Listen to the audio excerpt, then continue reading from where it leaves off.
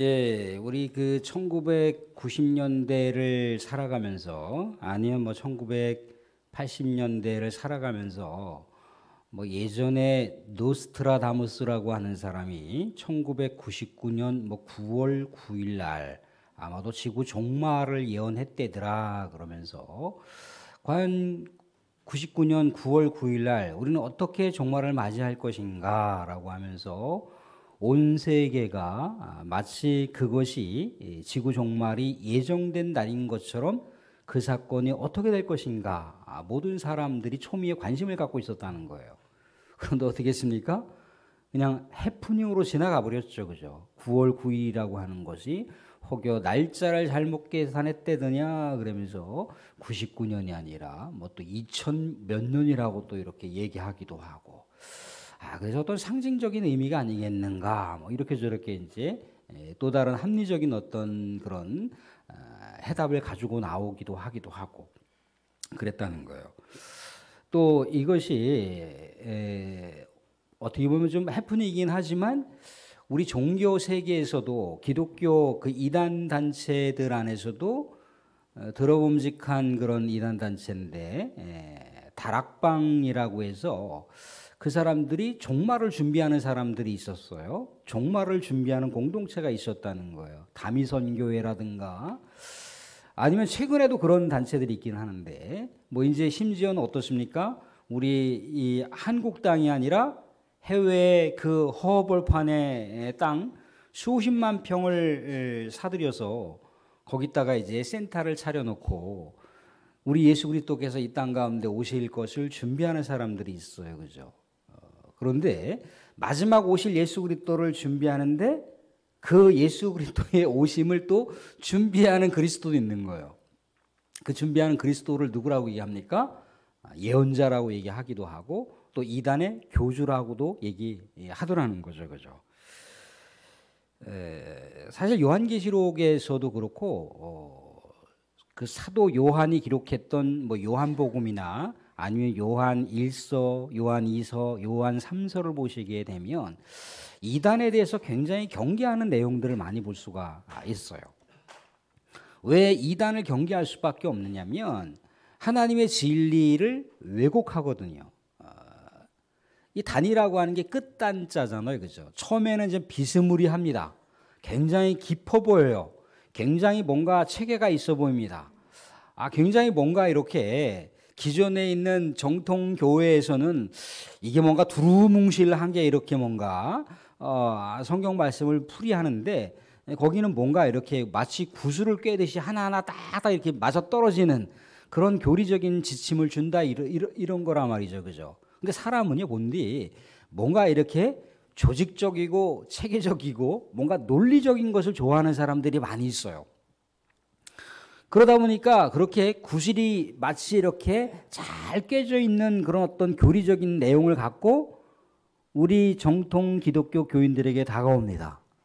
그러면 그분들은 다 단계가 있어요. 1단계, 2단계, 3단계, 4단계가 있습니다. 그럼 1단계에 처음 교인들을 만났을 때 반응이 약하다 아니면 다른 대답을 하더라 그러면 2단계 코스로 넘어갑니다.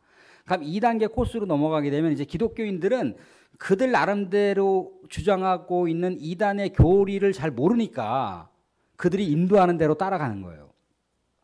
그러다 보면 이제 3단계, 4단계, 5단계까지 딱 들어가게 되면 이제 우리가 가르치는 교리야말로 정말 하늘의 신비한 천기를 누설하는 교리고 너네들이 교회에서 가르치는 교리는 새빨간 거짓말이다라고 오히려 비판하고 정죄를 하더라는 거죠.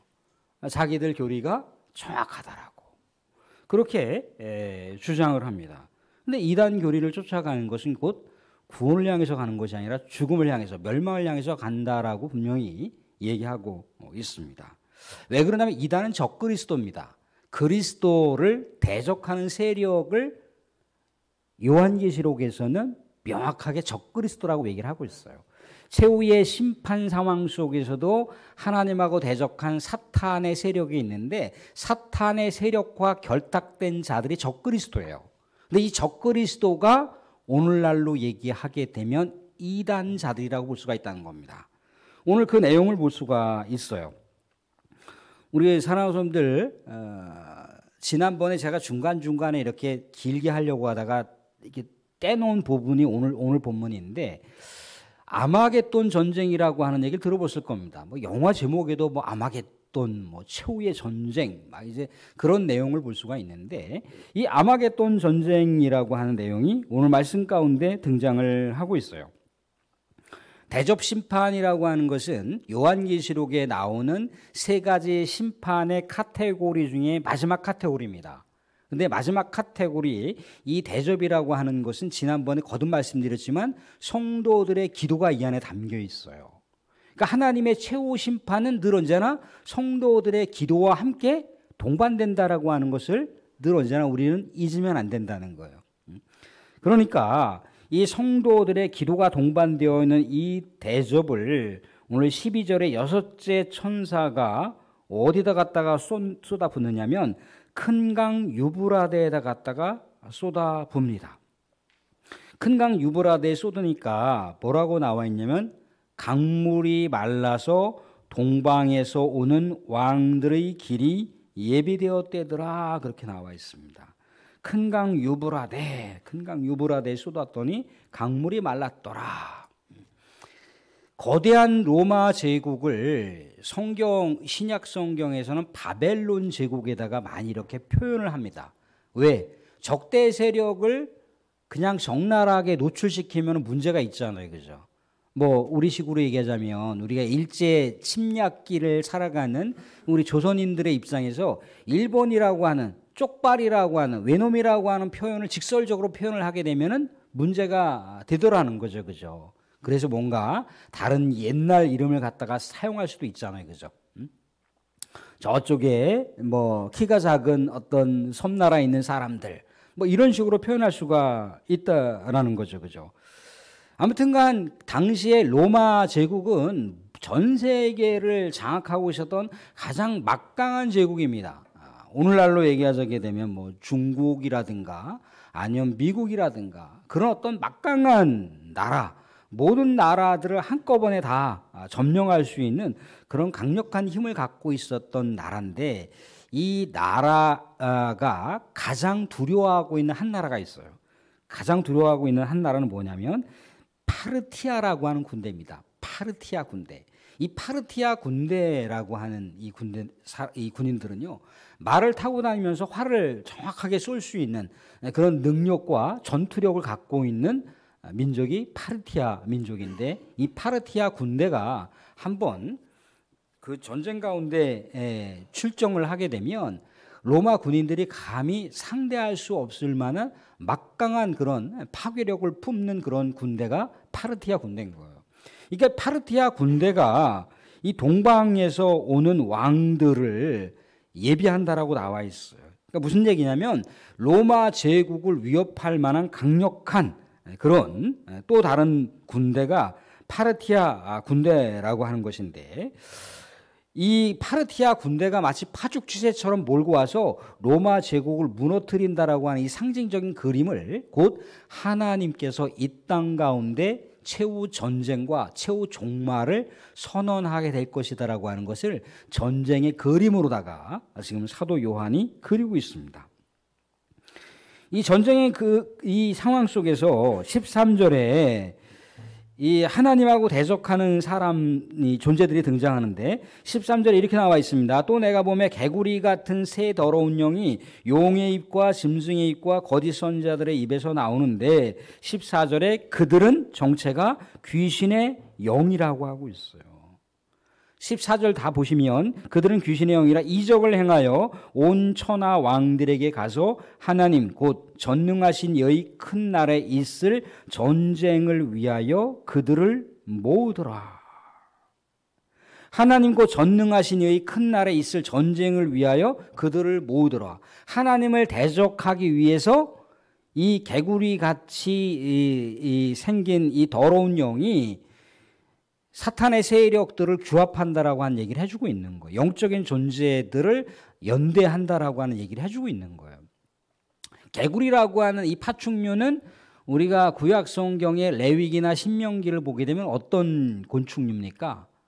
부정한 곤충이에요. 부정한 어떤 종류에 해당하는 생물인 거죠. 그죠? 근데 부정한 생물을 어떻게 보면 굉장히 혐오스럽고 깨림직한 우리 하나님께서 바라보셨을 때 더럽고 추악한 그 모습으로 개구리 같은 그런 어떤 이미지를 드러낸 이 새 더러운 영이 용의 입과 짐승의 입과 거짓 선자의 입에서 나온다고 하고 있어요. 그런데 이들은 한결같이 귀신의 영입니다. 귀신의 영이란 얘기는 뭡니까? 사탄의 하수인이란 얘기죠. 사탄의 끈아풀이라고 하는 얘기입니다. 사탄과 동일 본질을 갖고 있는 세력이라고 하는 것을 얘기해 주고 있어요. 용이라고 하는 것은 계시록에서 계속해서 얘기하듯이 옛뱀이라고도 하고 사탄이라고도 얘기합니다.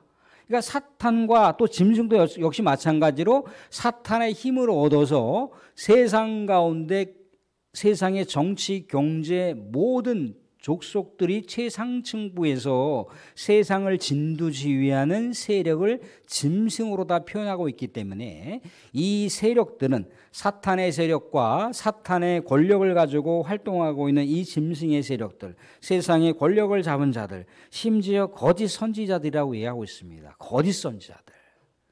그러니까 사람들을 유혹하는 자들이라는 거죠. 그죠?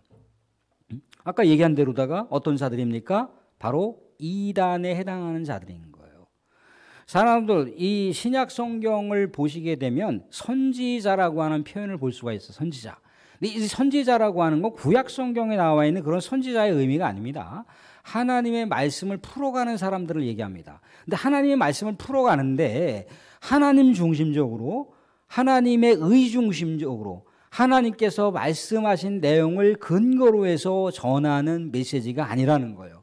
거짓 선지자는 하나님의 메시지가 주어지는데 이 메시지를 자기에게 유리한 방향으로 자기 목적을 위해서 하나님의 말씀을 얼마든지 왜곡시키는 자들이 거짓 선지자들인 거예요. 하나님의 말씀을 왜곡되게 풀어가는 자들이 거짓 선지자라는 거죠.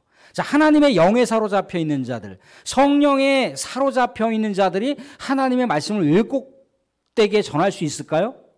왜곡되게 전할 수가 없습니다. 그러니까 성령의 영이 아니라 사탄의 영 가운데 사로잡혀 있는 거예요. 그러니까 이단이라고 하는 이 사람들이 하나님의 영에 사로잡혀서 하나님의 말씀을 전하는 것이 아니라 사탄의 영에 사로잡혀서 하나님의 말씀을 왜곡되게 하나님의 말씀을 틀어버려서 자신들의 목적한 바 사탄이 유리한 쪽으로 자꾸만 하나님의 말씀을 건드린다는 거예요. 잘못 건드린다는 거예요.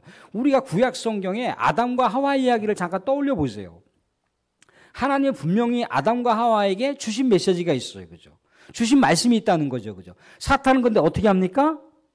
계속해서 하나님의 말씀을 의심하게 만들고 하나님의 말씀을 자꾸만 하와가 받아들이지 못하도록 하와의 마음을 빼앗아 버립니다. 그래서 하나님의 말씀이 아니라 누구의 말씀을 심어버리는 거예요? 사탄의 말을 하와가 아담이 순종하도록 하와와 아담의 마음 가운데 사탄의 말을 자꾸 심어놓는 거예요. 이게 거짓 선지자들의 목적하는 내용이고 거짓 선지자가 하나님의 말씀을 왜곡되게 전하는 내용이라고 볼 수가 있다는 겁니다. 근데 이들은 다 하나같이 어떻게 한다고 합니까? 다시 14절 하반절 보시면 이렇게 얘기합니다. 하나님 곧 전능하신 이의 큰 날에 있을 전쟁을 위하여. 사람들 너무 이단에 대해서 쉽게 생각하시면 안 돼요. 이단에 대해서 너무나 우리가 만만하게 생각하시면 안 됩니다. 이단에 넘어가는 사람들은 뭐고 이단이 기괴한 능력을 발휘하는 건 또 뭘까요? 이단이 보통 사람들에게 손을 딱딱 얹어요, 막 이렇게. 근데 막 이 사람이 막 회복이 돼. 막 이 사람이 이단의 교주가 딱 갖다 손을 얹었는데 막 회복이 돼요. 어떻게 그걸 받아들일 수 있을까요?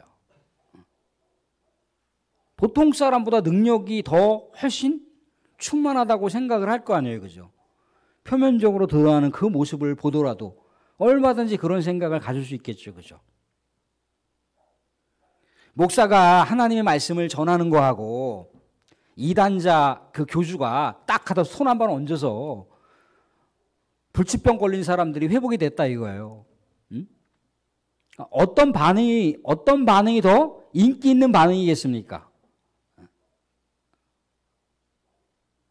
눈에 표면적으로 보여지는 게 인기 있는 반응이겠죠. 그죠?